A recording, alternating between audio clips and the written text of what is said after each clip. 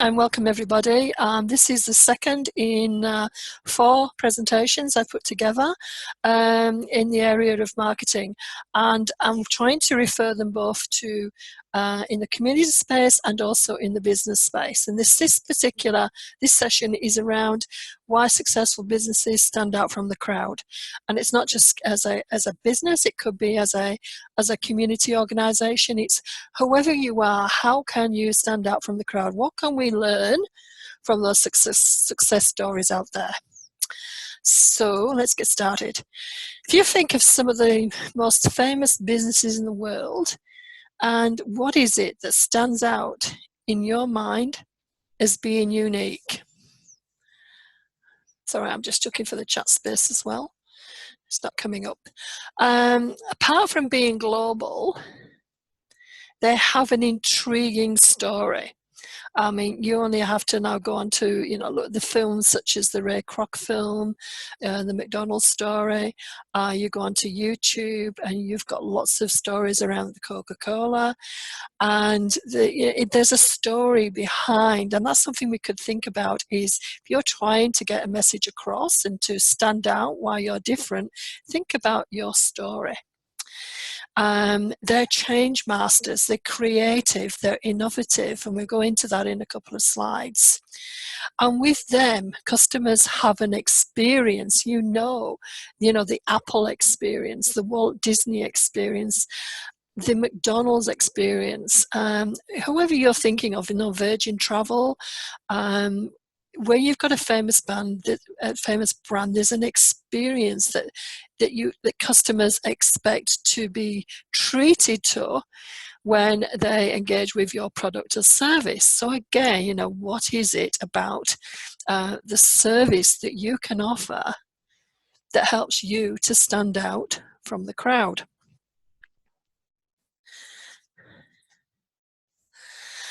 Okay, so before we go any further, who am I? My name is Pat Gross, and I put this together as part of last year. I wrote a book, The Intuitive Marketer, and it's my story. And when I wrote it, I was very intrigued that my history of employment, and even today, has got anchored to it the evolution of technology in marketing. And so it's always been there in the background, technology and marketing. And I was actually the energy behind a market leader in Europe for about 10 years. And it was intriguing that we became a market leader, and then I decided to go back to study to find out why we did it and what was, the magic formula. And interestingly enough, yes, when I came to Australia, I spent 10 years in the government sector, set up my own business afterwards, and completely forgot everything that I'd been taught or knew and experienced. And then 3 years later, like many small businesses, we found ourselves in crisis, and therefore we had to reinvent ourselves. So I started a 3-year journey in the marketing area, only to find that I already knew the concepts. What we were dealing with and what we continue to deal with when it's working is social media, new technologies as they come along. So that was an interesting journey for me. So let's go and talk about what you're going to get out of today. Hopefully I'm going to inspire you through real life examples of unique, I'll say, businesses. You can get focused on your own proposition and your unique message to market.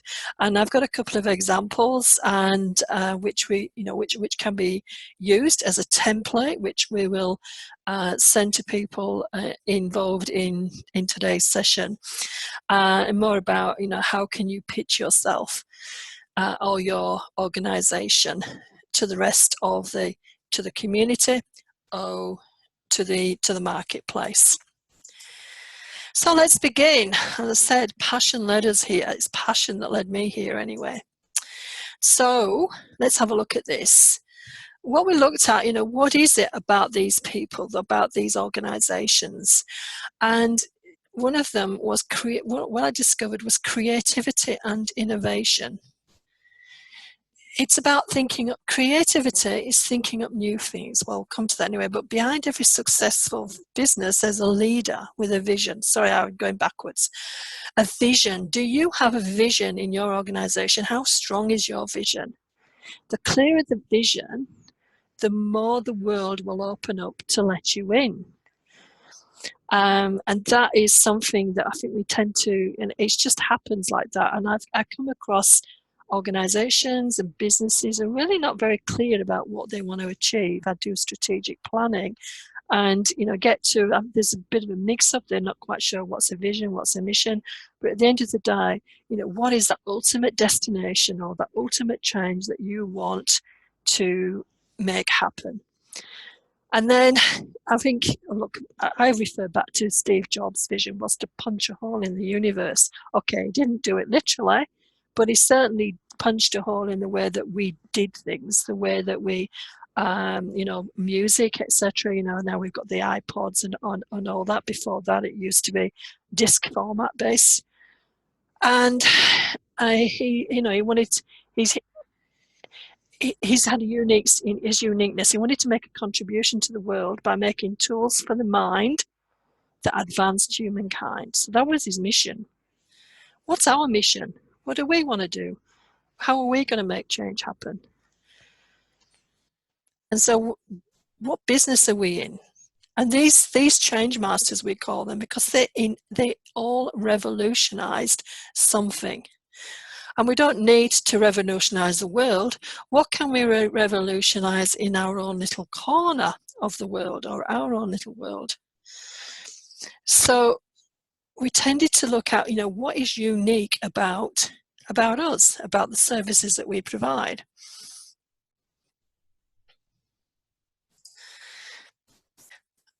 I enjoy this definition here. This is creativity and innovation. Creativity is thinking up new things. Innovation is doing new things, and it's our ability to think outside the box and be different. And one of the experiences that I had when I was working in this market leader, I never thought about it, but we never feared the competition. And there was competition, but it was never on our radar. And the reason it was never on our radar is because we were always thinking creatively. What we were doing was being the first to the market with new opportunities that came out of the European Union. Sounds boring, but we got to travel across Europe, so it can't have been that boring. But we did, we were looking at new opportunities, creating new conferences, new workshops, new briefings, new whatever we could. But because we were the first to market, because it was our ideas, the competition was always behind us. And I said that innovation is doing new things. It was always the new ideas, always the new concepts. And so that is what our secret was to becoming the market leader. So if you've got an idea and it's a bit left of field, run with it.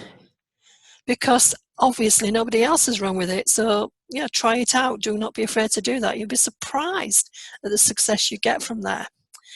So again, what we had, or what I've discovered, is that entrepreneurial mindset. We can take time out to dream this creativity. It becomes a mindset. And examples of creative thinking was, again, I'm using Steve Jobs, 1,000 songs in your pocket. Can you just imagine that, the vision of that? And that's exactly what he actually invented, or he got somebody else to invent, he supported. Innovation, McDonald's, that was based on real estate and their ability to create systems. So if you're creative, you're ahead of the competition. The competition can copy, but they can never be you. And it's not all about left brain. It's not all about left brain finances and systems. So often we get into compliance if you're in the community sector. It's the bottom line, and apologise to the accountants. It's the bottom line, finances and systems, but it's not all about that. There has to be a good balance, and that's that creative thinking and that not being afraid to innovate. And if you're stuck in the box and not prepared to take risks, then how are you going to stand out and be different from the crowd? A good quote here I'm just looking at is Walt Disney: creativity and innovation equals profits. So, the mission of the Walt Disney Company, we all think of Disney and we automatically, we're in a different world. We're in a different customer experience. I mean, they were the king of customer experience, or they are the kings of customer experience. But the mission of the Walt Disney Company is to be one of the world's leading producers and providers of entertainment and information, using portfolio of brands to differentiate content, services, and consumer products. Seek to develop the most creative, innovative, and profitable entertainment experiences and related products in the world. So they have harnessed creativity and innovation in the whole philosophy of how they operate. So what can we do? What can we do in our own organizations and businesses when it comes to how we do things creatively? I mean, as the entrepreneurs in us, we're always doing something. I wouldn't necessarily say the next shiny object, but we're always trying to be creative and coming up with something new. That's just inbuilt in the way that we operate. And I've seen that also in the not-for-profit sector, and I work with managers and boards who want to step outside of that humdrum just a service and really want to make an impact in their community, or they've got a problem and they need to think differently. Then that's one of the services that we offer, is this entrepreneurial thinking, because we get them to think creative. We get them to think about how they can make things happen. Once they do that, we have some amazing success stories. So never fear the competition ever again. Use your creativity and innovation mindset. Okay, right. The next thing I discovered is these success stories have got a values-driven brand proposition. And values, matching your values as an organization with the people that you're trying to reach. So, customers relate to brands and the values it stands for, then the tangible aspects of the product. And that's come from Richard Branson. So, a thought leader of today, and his whole business is built around values. So, and I say to this, it's okay if you are the brand, and we actually had a brand as a market leader, and even in my own business, I'm creating a brand around the community entrepreneur. But and this is just one of the statements coming out of Virgin again, whether in banking, travel, entertainment, health, fitness, or communications, they're everywhere. The Virgin brand has become one of the most desirable brands in the world. The brand's backbone is its values, providing heartfelt service, being delightfully surprising, red hot, straight up, while maintaining an insatiable curiosity and creating smart disruption. What they've done is very clever, because we have our own value statements in our own businesses or organizations, and we tend to have a value, behavior, value, behavior, value, behavior. And what they've done is taken the values off the page with some good, clever copywriting, and used the words and created a sentence around them. So in essence, if you have to remember the values of your organization or business, and you've got to think these guys have said no, create create a story, create a sentence that comes off the page, comes to life, and it's living within you as an employee, volunteer, owner, etc. So that's, you know, that's the underpinning the Virgin brand, as I said, as some of the business leaders in this world. And I've put in here this, you know, we think of brands and we think of the big ones, and there's no way, because they're going to be the market leader no more often than not. So if you really, this is what we tend to do, become me too's. And I basically saying, if you can't compete on brand, compete on being creative and innovative. Compete on being different, if that makes sense. And I'm sorry, I cannot read the chat space. The next discovery was the stories that connect with the customers. And it's quite interesting because in the grant writing space where I spend some of my time, I was listening to a webinar for a new grant a couple of weeks ago, and the funder came out quite categorically and actually said themselves they want to know the story. We love stories. Right from being, you know, children, we always emotionally respond to stories. And that's what some of these most, you know, most famous, most successful brands have been able to do, is to create the story. As I mentioned at the beginning, we've got, you know, the McDonald's story, the Coca-Cola story. I'm thinking of a program on Netflix about it was a Selfridges story over in the UK.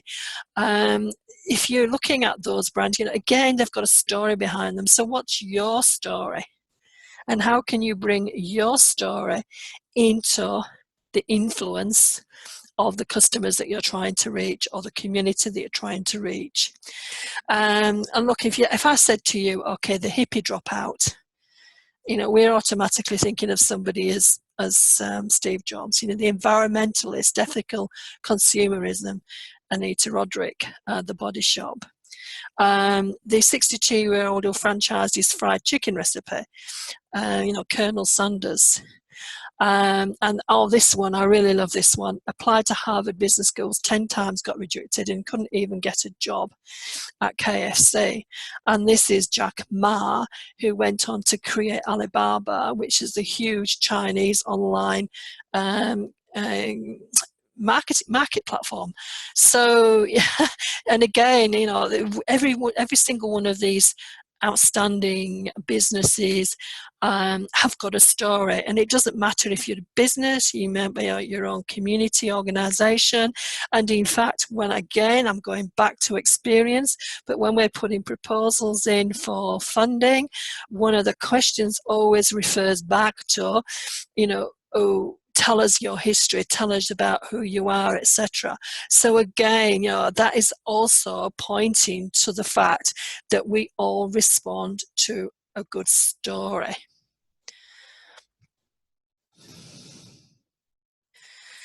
Right, okay. The other, and I've actually mentioned it a couple of times, or another one, is to look up, it's about the experience. Being, you know, the customer experience, that's what it's all about. If you're wanting to be successful, when somebody comes through your doors, or when somebody buys your products or services, it's not just a transaction here, it's the experience around the journey, both before, during, and after the sale. And some really successful businesses, and they don't have to be the big giants we're talking about, they get the add on to the competition, because they can actually add a little touch here and a little touch there that the people remember, and it's pampering to them, and therefore they enjoy that experience. Even in advertising, the best adverts are the ones that actually go, that take the watcher, the viewer, through an experience, an emotional experience. And I don't necessarily mean the pain factor. It could be that, you know, the car ads when you're at, when usually the men, it's usually male oriented, when they're out and they're, you know, driving in the wilderness or in the country, out bush, etc. They're actually, you know, creating an experience. We're doing some work with farmers markets a few years ago. We did some research and we asked people, you know, what is it they liked about shopping at the farmers market as opposed to the supermarket. And again, they were talking about they liked the experience of being able to meander, and they wanted the good reception from the, you know, from the stall holders, and the most successful ones are the ones that are able to take, you know, take somebody, sell them something, give them some tips and ideas about how they can use the vegetables and fruits, etc., and then even refer them on to somebody else. So they're not just going in and buying, there's actually an experience, and that's what brings them back. The other example I put on there is supermarkets try and do it. Even within the, you know, the confines of their systems, you'll have the market hall. You go into the supermarket and they'll try and create that. Woolies are good at the fresh food people. You go in there and you're actually, you know, as best you can be to a market in an organised fashion. Before we left the UK, you know, these market halls are very, very big concept. You would have the fish market, you would have the, you know, the delicate, the cheese area, etc., etc. So they were creating an experience. So again, you know, what can we do to with the people in our organizations of who our customers, what can we do that touches on the five senses, the experience of seeing, hearing, feeling, speaking, smell, and just thinking, well, what can we take from these people and how can we then apply it? I think a good example I'm thinking here is, it can be used for both business and in the not-for-profit space, is the experience of food. You know, food comes in, it actually amplifies that social environment, but again, you actually using your senses, and that's one of the, I suppose that's what people remember, and that's what people remembered about us being a market leader. What we were doing is we would also make sure that the social experience was as good as the educational experience. And by social experience, I mean that the quality of the food at lunches, dinners, whenever, was as good as you could get.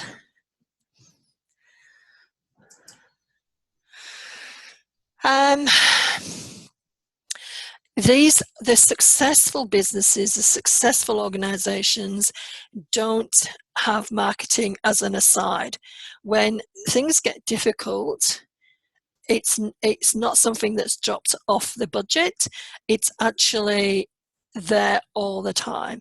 It's any organization, whether you're a business or whether you're not for profit, should be spending at least 7 to 10% of your revenue on marketing, to follow the examples of these.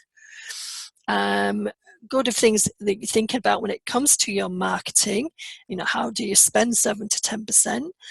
Look, at least, I mean, people talk about now, because they think of social media, 11, 12, 13, whatever, but usually around a minimum of around 6 points of contact. What I mean to say is, if somebody, you put something out just once in one medium, you're limiting who you're trying to reach.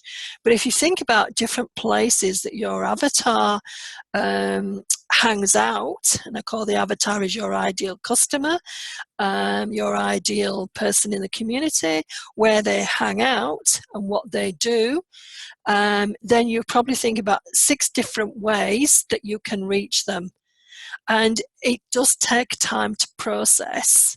And it does actually mean the I actually went, a good exercise is to go into McDonald's and have a look at what they're doing, some of the ways that they are getting people, to come in the door. They have the Happy Meals. Have a look on the way they lots of their advertising, some of their messages that they actually leave out on the counters. I did that about 4 or 5 months ago, and I didn't realize the subliminal messages they were leaving just on that experience of being in a McDonald's place. So just do that, just as an exercise. Just find out the different ways that they're actually getting your attention. And again, building marketing in whatever you're doing from day one. If it's not a priority up until now, make it a priority. People say, people ask us, how much should you be doing? And the usual thing that comes back is, 20% of your time. But when we looked at the research, we saw that the successful organizations, around about 7 to 10% of your revenue might be for small people like us. It might be about 20% of your time. But it's better than no percent of your time. And then, what's 20% of nothing? So, so target the avatar. Who is it you're trying to talk to, and what motivates them? The biggest clue I can give you, and this will come up next week in the copywriting and how you get your message across, is what motivates these people. Once you're very clear what motivates them, then the way that you approach them and target them becomes very focused. It's magic. It really is. It's a magic bullet. But we'll talk about that next time. So these are just some examples of how they actually get to you. They spend the money on marketing. They make sure that they spread it in such a way that it's there at least 6 different ways. They build it in from day one. It's not just an add-on, and they really focus on who is it they're trying to talk to. I think Pepsi and the drink of a generation, new generation back in the 1980s, etc., that worked absolutely fantastic because they had their dream of the generation, the drink of a new generation, but in reality, everybody wanted to be that generation. So that was a really, really, really good marketing message and a marketing campaign that actually reached a wider community, even though they were looking at youth. But it was really good because for their sales. I think at that time they were catching up with Coca-Cola. Okay, so what makes you different? Differentiate yourselves. We talked about being more creative. But you can differentiate yourself on cost. The problem about that, well, they differentiate themselves. They look at the different markets. But I'm saying to you, don't try to be the cheapest because it's the first to the bottom. Always add value. And that's where you get the opportunity to be more creative and think differently. So that's your products and service differentiation. And the experience. Now, when I was looking through for the slides, and I came across Woolworths, and in their sort of plan, and I thought, they create, using the word creation here, better experiences together. So we've got the words creation, we've got experience here, and this is what they're doing. Create differentiation in all our businesses. So accelerate innovation in the drinks business, unlock value, convenient shopping experiences. So it was interesting when I came across that, and I thought, this is really good because these are the words, the messages I'm trying to bring across. And here we are, we've got, I've been using American international brands, and here we've got Woolworths Group, very Australian, also, looking and using those terminologies. Okay, so far, what makes them stand out, and what can we do? They've got clarity of vision and mission. Do we have that? Values driven. and not just the values and put them on the wall and let people read them, but actually bring them to life in the way that Virgin did. Stories that connect, get to the emotion, create an experience. Spend some money on marketing, not try and do it for free. Don't go into social media groups. And this is why Facebook's making the money, because they know that you really have got to spend on marketing to get to your market. It's not just, you can make money just going into the free groups here and there and get your message across. But, if you're really serious, be prepared to spend some money and differentiate yourself. So this is what the message is coming through from those really successful role models, I will call them, because as I said, it doesn't matter whether you're a business or whether you're a community group. You can apply these in your own organization. All right, so if we're talking about being unique and a unique selling proposition, what is your unique proposition? It's something that's got to be clear, it's got to create emotion, it's got to be exciting, and it's got to say, it's me. It's got to show your authority. It's got to show the benefits. And it's not necessarily, this is something, I'm sorry, but this is where I stand aside from the crowd, is we're always talking about looking for somebody's pain point or an organization's payment or something like that. What's the pain point? And I say it's not about that. Pain point is there, but I think it's more to do with what motivates them.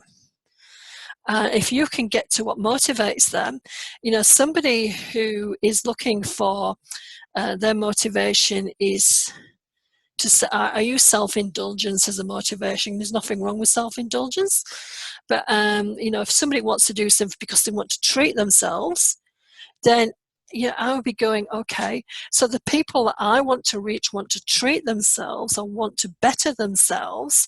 I'm not going to focus on the pain. I'm going to focus on what it means to better themselves. That's what I'm saying to you. It's not all about what's the pain that you're solving. It could be what's the proposition around what's motivating you. So that's why I'm a little bit different. I'm saying to you, if you can get that, then you can actually then incorporate that in your message, your unique selling proposition, and highlight that as your point of difference. And if you are doing something, quantify. So, for instance, you could say, I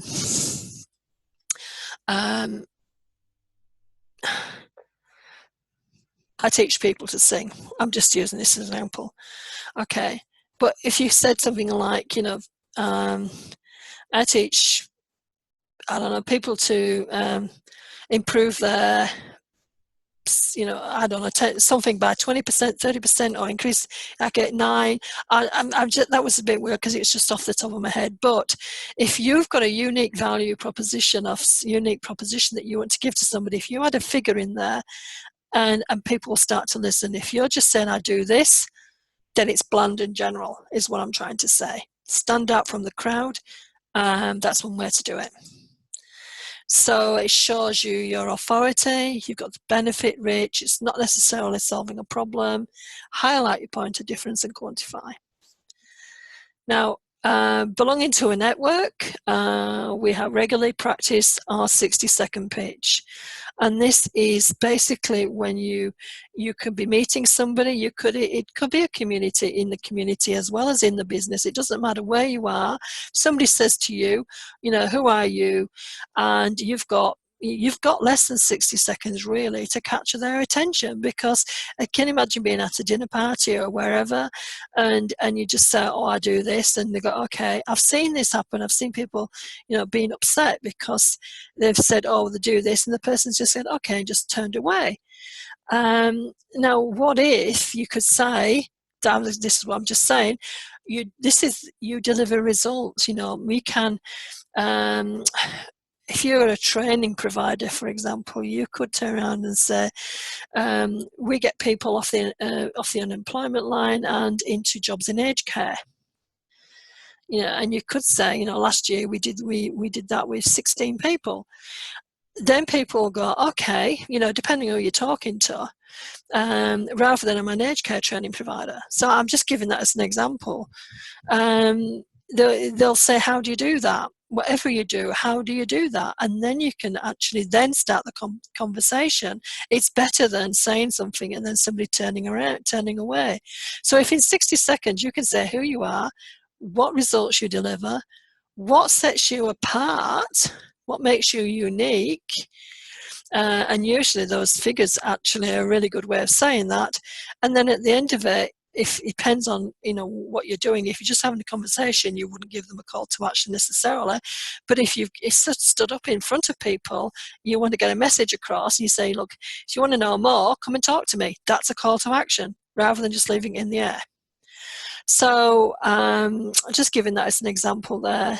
If you're able to be very clear about what you say and what you do, then you're going to attract people, that rather than them looking around for somebody else. So this is something I use when I do my marketing workshops, and I get the people to actually put together a little bit of a spiel about what they do. So, and this is the template, and I can send this to the people attending today. This is a template that actually that's worked out. I've seen it in a couple of places, not just one. So and I've just adapted it. But the name of the product. So what I do is blah blah blah for, and the kind of people. You can put this on your website even if you get the message right. Who, and then describe the need, the issue, or the desire. Remember, it's not all about who are suffering, who need, or who have trouble with blah blah blah. It could be that who want to get away and do blah and want the perfect holiday experience. Okay, so that solves a problem, meets a desire. And I'm saying you could use time, cost, impact, how it contrasts with other options. So you could say, unlike others, or as opposed to others, etc., etc. What sets you apart, and the call to action. So what does all that mean in terms of putting something together? This one I did in a group, and we just put this together.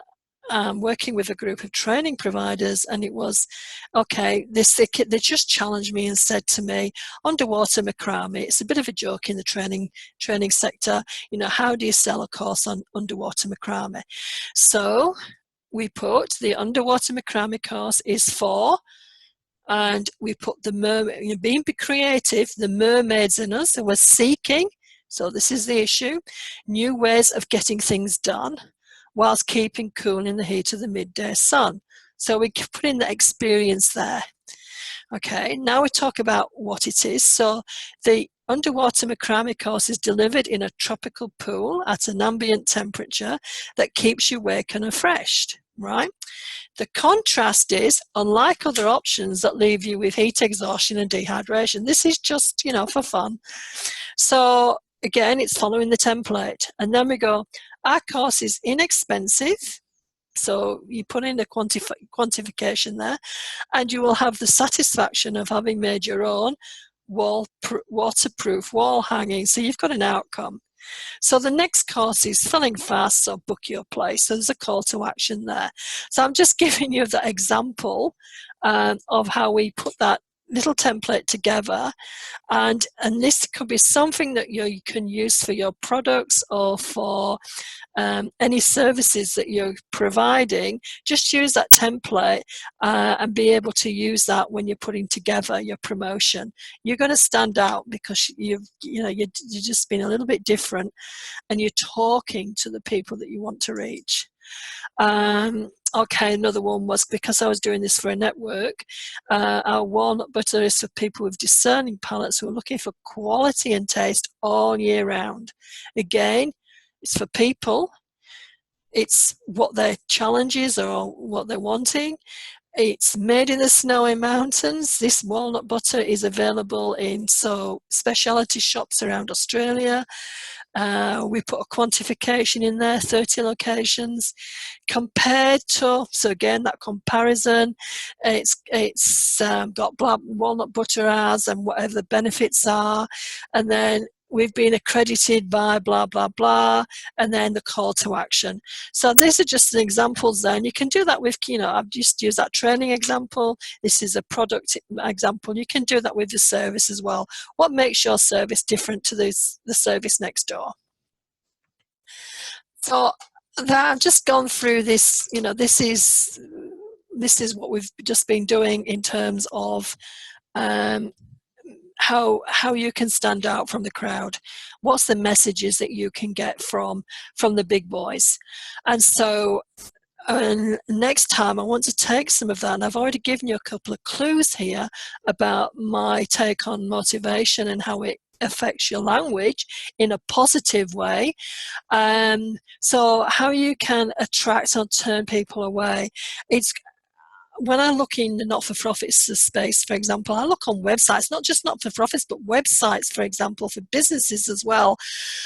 And it's amazing, some of the basic stuff when it comes to watching your language is who are you talking to, or what are you trying to do, and how are you going to get their attention.